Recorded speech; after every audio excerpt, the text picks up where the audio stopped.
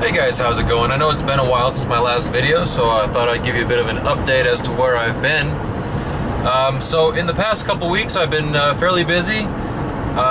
Went to Vegas to watch the Vegas Pro-Am out there. I think that was on the 22nd, and that was cool. That was a really good trip. After that trip, I popped into California just to hang out a bit.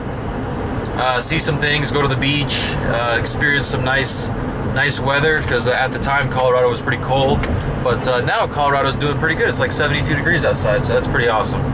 But after that, got home from California. That was a long drive, and immediately had to get working on the drift car. We had a drift event yesterday on Sunday, the 29th of April. So was working on that, doing some other projects.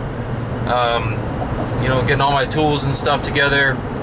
Got the truck ready to go, and the drift event went awesome. It was at IMI up north, and I actually got third place in that. I'll talk a little bit more about that in another video. I didn't get any footage of the drift event, but I'm gonna do a little review on that Collins adapter kit and talk about how it performed at the drift event.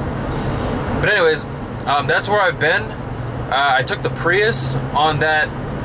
It was like a 3,000 mile round trip journey, and it did pretty good. It burned some oil, so I had to add about a quart every other fill up or so. But it would get like upper 300s or almost 400 miles per tank, and I would only be putting in like 9 gallons or so. So I was averaging about 40 miles per gallon, which was pretty awesome, especially in California where gas prices were like $4 and some. The highest I saw was $4.29. I only filled up in California one time though. In Vegas it was low $3, like $3.08 or so, and here in Colorado it's still at about $2.60 so cents. Oh look, here's a little slowdown, some cops. I don't know what's going on here. But anyways, the Prius did great, although it burned some oil. It did have a few check engine lights that popped up. I did replace that catalytic converter though, so no P0420 code on that trip. And I'll show you that gutted cat, or not a gutted cat, but oddly enough, the first catalytic converter, so it has 2 chambers that look like they could house cats, the catalyst material. And between the exhaust manifold and the secondary O2 sensor, there's no catalyst material in there. I don't know what happened to that. I don't know if it melted away or crumbled or what, but I mean, there's not, like, the second cat wasn't gunked up with crud. So I don't know, like, I don't know if that was just from Toyota, or if that was a mess up, or if this Prius had a check engine light on its whole life. I couldn't tell you, but the new one I put in did have the catalyst material between the exhaust manifold and the O2 sensor, and it also had additional material after the O2 sensor. Why that is, I'm not quite sure. But so I got that catalytic converter all welded in there, so that handled really well on the trip. But I did have the P0A80 for the hybrid battery, and that's the code I really didn't want to see. But on my Torque Pro OBD2 Bluetooth app, looks like all the blocks have pretty good voltage and the delta state of charge, so that the difference in the state of charge between the blocks was under 1%, which from what I've read is pretty good. So I'm probably gonna have to take the battery pack out and just clean up all the terminals that link the batteries together, because they did look kind of corroded, but I didn't clean them up when I had the battery open last time. So I'm gonna go ahead and open that up and clean it sometime this week, and put it back in and go from there.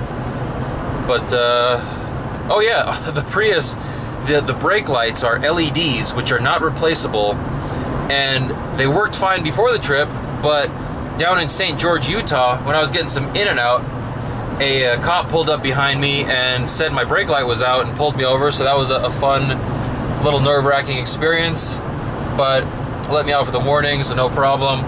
So I'll show you the little LED brake, or not LED, but incandescent brake light that I rigged up just for the trip. I do have a new taillight at home that I'm gonna pop in there, but I'll show you that here in a second.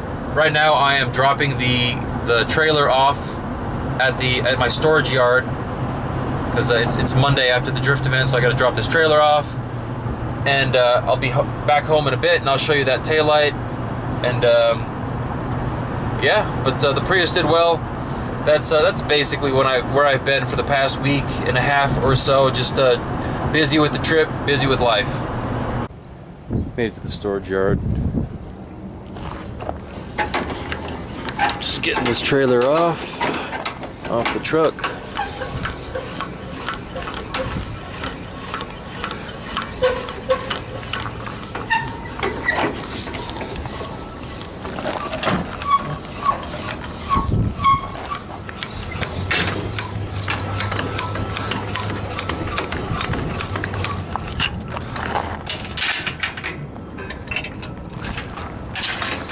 Tuck my chains there, pull this through, set the plug face down so rain doesn't get into it.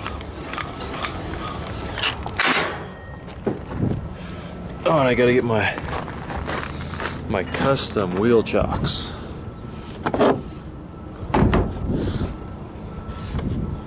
Just a rock and a brick.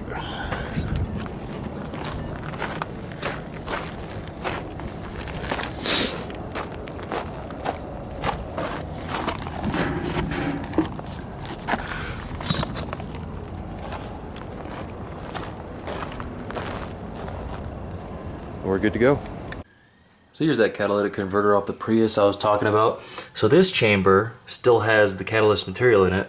There's the O2 sensor where it would go, and there's the first chamber between the exhaust manifold and the O2 sensor. And I'm gonna try and shine a light in here. I don't know how well you can see that, but there is nothing in there. It's just an empty chamber. And when I flip it over, you know, nothing really comes out of it. So either the material disappeared, or it went out the tailpipe, or Toyota didn't put any in there, which is kind of hard to believe. But I would have thought if it melted, it would have gunked up this one. But you can clearly see the fins in there, or that matrix of holes. And you can see that they don't look clogged. They don't look weird or anything. So I don't know. I don't know what to tell you. This is a weird one. But the one I replaced it with had catalyst material in both the secondary one and the first one. So that took care of my check engine light, and we're all good. So here's the Prius taillight.